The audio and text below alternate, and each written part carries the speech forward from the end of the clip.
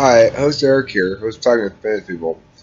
And I want to talk a little bit about cognitive functions as they express themselves in Facebook posts and comments. Okay, so here's the post I wrote recently.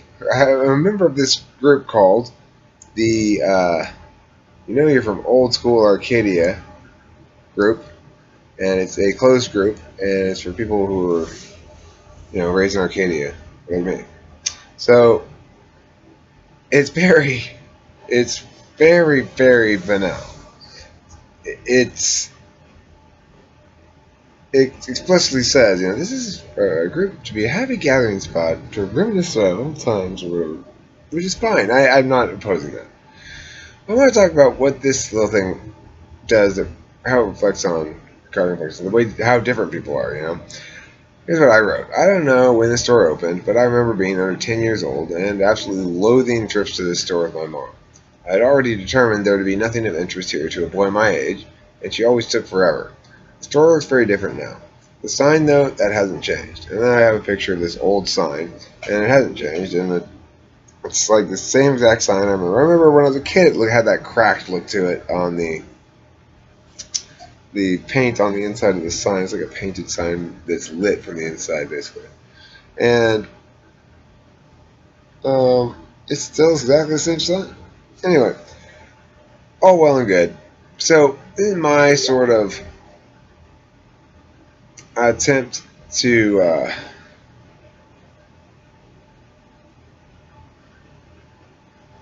I got a message on Facebook. So the store,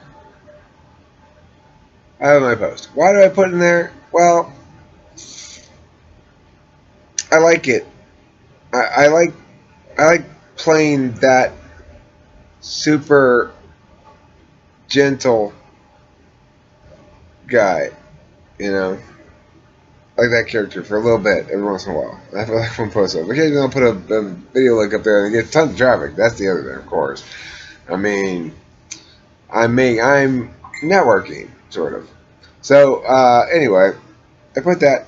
It's going to be a long fucking intro to get to the central thing we came here to read, which is some of the comments that I got on it. Still a great place! Exclamation point. I used to love that store! Exclamation point. And then my favorite of all. I love fabric. And it's just no punctuation, nothing capitalized. I love fabric.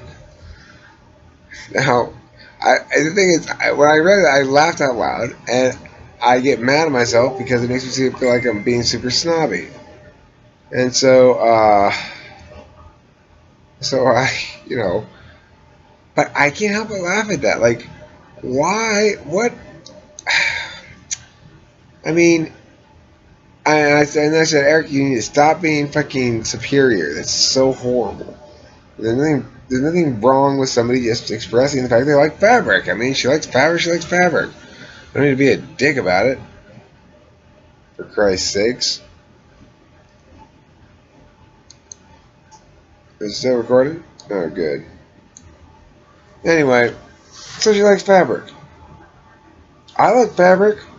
I use it to cover my body with. Got it all over me. So, why am I mentioning I like fabric? Well, because obviously I could never conceive of myself, no matter how much I was trying to just be banal and under the radar, I cannot conceive of myself ever writing that comment actually I can conceive of myself writing that comment, but it would have to obviously be a joke, I mean, it would be intended as a joke. That's why I laughed at it. Because I can see myself, I almost felt jealous. Like, I wish I had thought of that hilarious comment. I like fabric. I love fabric. I mean, I want to go. Now I want to go to different things like Facebook posts and stuff. Whatever they're talking about, just go, right. I love that, thing, whatever it is. Oh, I went to La Habra the other day, and we went to this wonderful restaurant. I love restaurants. And then the next day, they post something else. Zia had a great day, great time in the library today. I love libraries. Just do that day after day. Your one comment, it's all non-punctuated, no exclamation points, no capital I, just sometimes you mix up, you say I like, or I really like, or I think this is good. Like, Donnie and I went to Tops today and had delicious burgers. I think burgers are good, period. Now that would be performance art. If you could pull that off, like, for half a lifetime, and then suddenly switch gears. So you do that from, let's say, you come up with this plan when you're 12, okay? You do this from when you're 12 until when you're 40, 42. You do 30 years of nothing but that as comments. Everybody knows you as the guy who just does that. And sometimes they'll joke about it explicitly on Facebook, and you just don't respond to any of those. You're just like, for posts that are just normal, you'll add something like, I like birds. Birds are good. Just one sentence every time, though. It's got to be 3 words. That's it. And it just expresses your general positive feeling towards it without actually stating any ideas or even other people or anything. It makes it just FI. I love fabric. And when you vocalize FI, it makes me laugh because it sounds like you're not saying anything, Oh, you do, huh? Why don't you marry it then? That's what they would joke in elementary school, right? They'd be like, I love fabric. Well, why don't you marry it then? Well, really, they're queuing in on this is the introverted intuitors and the extroverted intuitors. Introverted intuitors say something about their feelings, and extroverted intuitors make fun of them and try to be clever.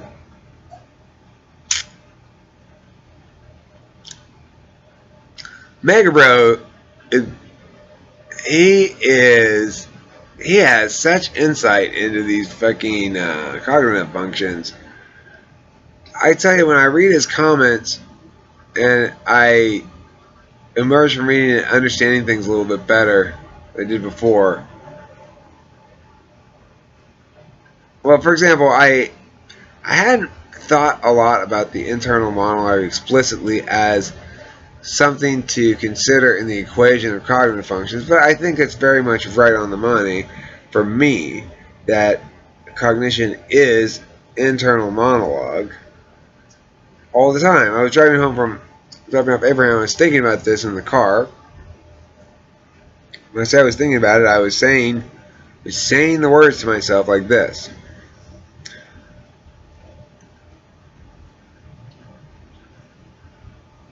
I was saying, I was talking about doing both at once. I wonder why it would be the case that it would be easier for an introverted intuitor to practice extroverted intuition than vice versa. And then I thought, oh, it's obvious, because the introverted intuitor is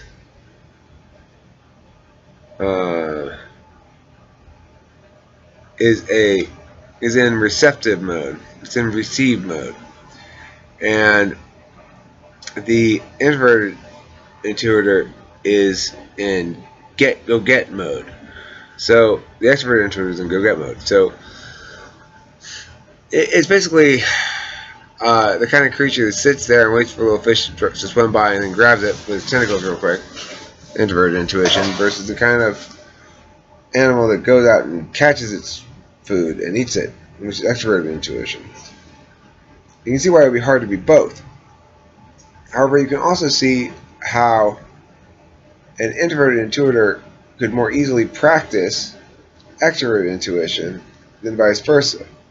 because introverted intuition relies on reflexes that are non-voluntary, non-conscious.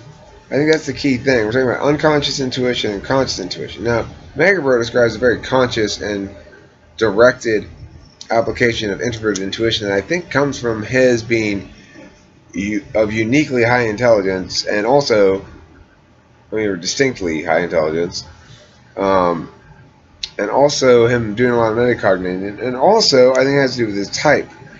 I can't find his motivational core, except straight up interest in solving the problem. Well, completion,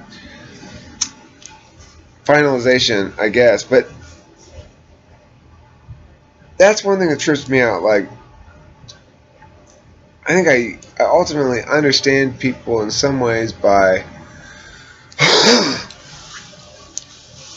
trying to understand what their motivations are, where they're getting paid.